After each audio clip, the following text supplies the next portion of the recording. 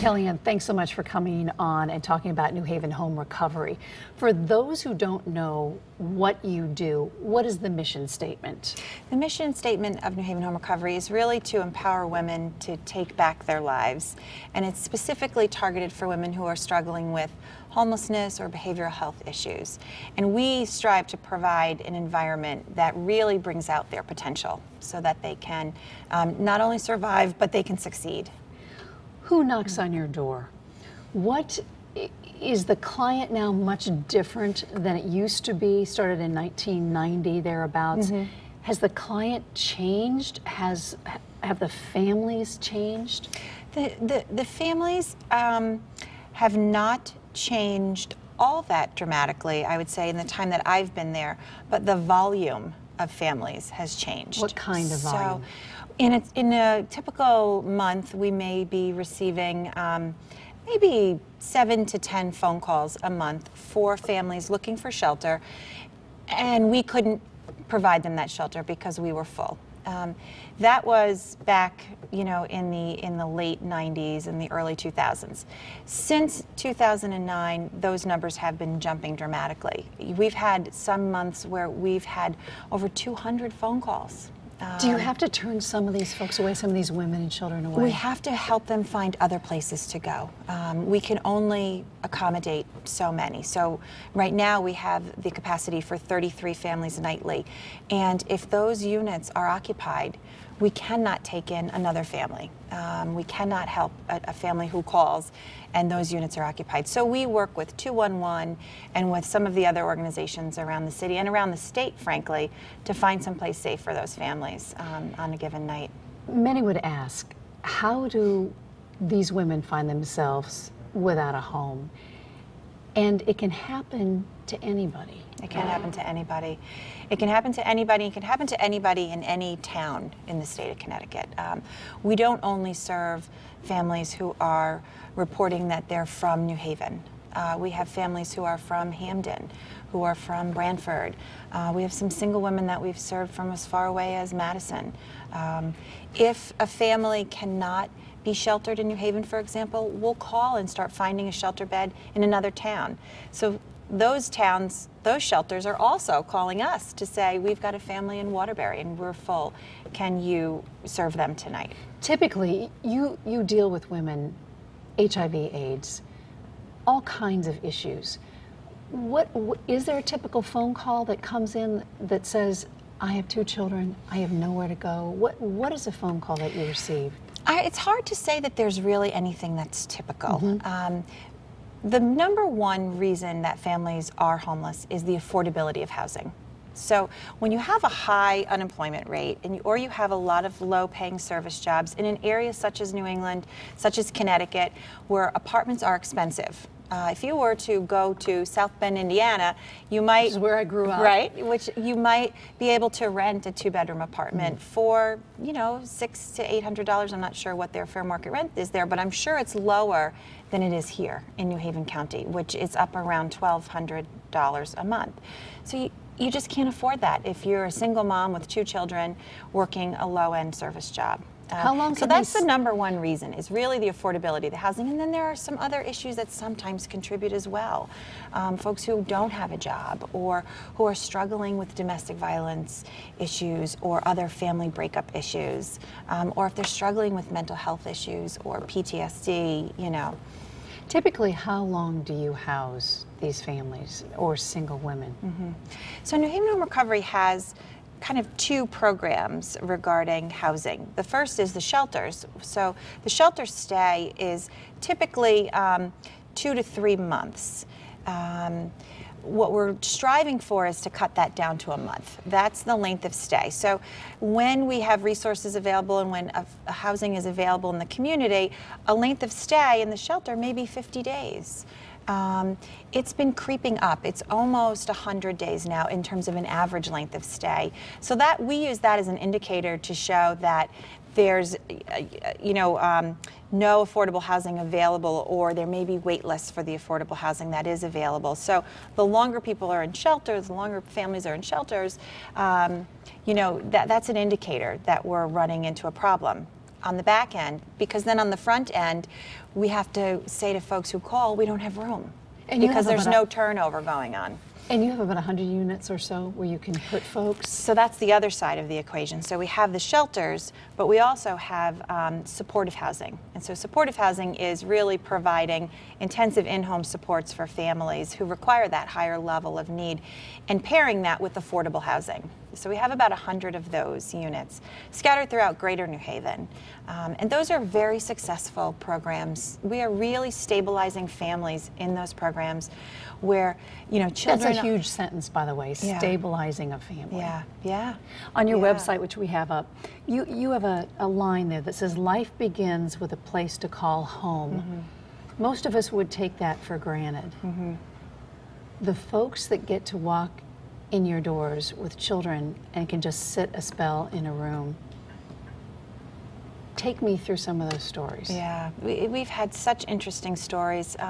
We had a woman recently who came to our program, a very smart young woman with 2 small children, and just worked every single day looking for a job. And she did. She found a job in the community and was able to find an apartment and move her children out. And then comes back and donates her children's clothing that they've grown out of. It's her way of giving back to us. We've had such, awesome success stories with the women who are staying in the shelter.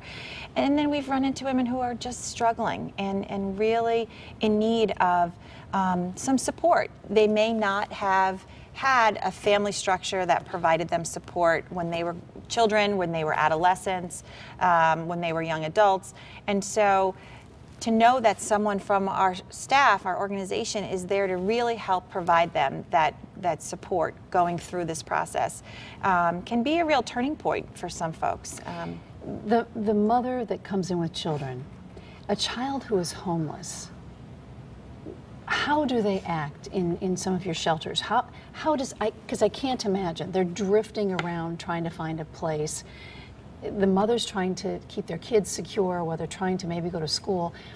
What I want people to understand is just how hard this is. Yeah. There's a lot of research around just the facts about the impact of unstable housing has on small children in terms of their cognitive development, behaviorally, health-wise, education-wise. What we tend to find, well, first of all, close to 60% of the children in the shelter are under the age of 6, so they're young. And we find that those kids tend to somewhat enjoy the stability of the shelter because their life prior to the shelter may have been really chaotic. Mm-hmm. So this provides a level of stability and consistency that's positive for them. And safety. And safe. And we try to make it fun, We try to have some recreational activities for the kids to do and bring in tutors to help them with homework. And, at the holidays, we have a Christmas party. And I always tell this story. People have heard me tell this story. A couple of years ago, I brought my son to the shelter for the Christmas party, and he was playing with some of the boys. He was 8. They were 8. They were running around playing and having a great time. And I said to my son, come on, it's time to go home. And I could hear the boys talking, and they were asking him if he could sleep over. You want to sleep over? Do you want to stay over? He said, no, I don't think I can. And the boys said, well, we're lucky we get to stay here. And that just stopped me for a moment. And it's like, I'm happy that they feel that way, that they can feel comfortable here and safe. But at the same time, you don't want 8-year-old boys staying in a shelter. You want them out in their own home, in their homes, to go home to their own bed. In the shelters, you have to share a kitchen facility. You have to share the dining facility, the living room. In some of our shelters, you have to share bathrooms with other families who are strangers. So it's difficult. I would say it's probably the most difficult for our school-aged children. It's hard enough to be an adolescent or school age, and then imagine being homeless on top of it. Imagine sharing, a room with your entire family, and not having a place to have friends over to, not being able to just hang out, in a private, quiet place. Right. It's tough, I think. It's more tough, I think, for that group of kids. Than little, perhaps. Yeah. You have a lot of folks that rally around you that volunteer. Can you use more help? Yes, we can always use more help. In what areas? Well, we're actually, one of the things that we're trying to do at New Haven Home Recovery is do a better job of engaging our volunteers around really meaningful activities, things that will really be helpful to us and and to the women that we're working with, and keeping in mind that we struggle financially in order to keep these programs running. So to have volunteers who are willing to do facilities work, for example, gardening stuff, painting, we would love to talk to folks who are plumbers or contractors who might have some extra time on their hands, electricians. We are always looking for folks to help us sort donations. We do get a lot of clothing and housewares. What kind of donations can you use? We can always use things like gently used blankets, brand new pillows. We ask people to, we like to give a pillow to someone as they leave, so we go through a lot of pillows. We're always looking for things that are not necessarily able to be given away as secondhand. So undergarments, socks, especially for the children. Those are great things if people wanted to have a drive for us, a sock and underwear drive for kids. Which is great. It's just nice to give the kids something new. Sheets and towels are something. Actually, we're having a drive in the month of March. Go ahead, plug we're it. Trying to raise as many towels, bath towels, as we can to give to the women and children who come into the shelter to take with them when they leave. And is there a wish list? You've been executive director a long, long time, but is there a wish list down the road? Obviously, we wish that nobody was without a home, but what are you working toward? It's interesting. We are working toward that. When I talk about the length of stay, we're really working toward trying to shorten that as much as possible. We may not always be able to prevent all homelessness. Circumstances happen. But if we can shorten the length of time that people are homeless, I think that would be better off for everybody involved. Everybody involved. So we work towards that by trying to create more affordable and supportive housing, to support the creation of more affordable and supportive housing. We're working towards really empowering women to be resilient and to be able to bounce back from crises. So to be able to think about preventing something from turning into a crisis. So we really try to, we have a number of our programs, our family stabilization programs, that are really using best practices that have been tested to really help women to increase their problem-solving skills and to really kind of take charge of their life in a positive way that helps them move forward. Well, you have a full plate, and I hope this helps get the word out, and I hope volunteers come running. Yes. And I hope that someday that no child is homeless. Thanks. Kellyanne Day, thanks for coming on. Thank you.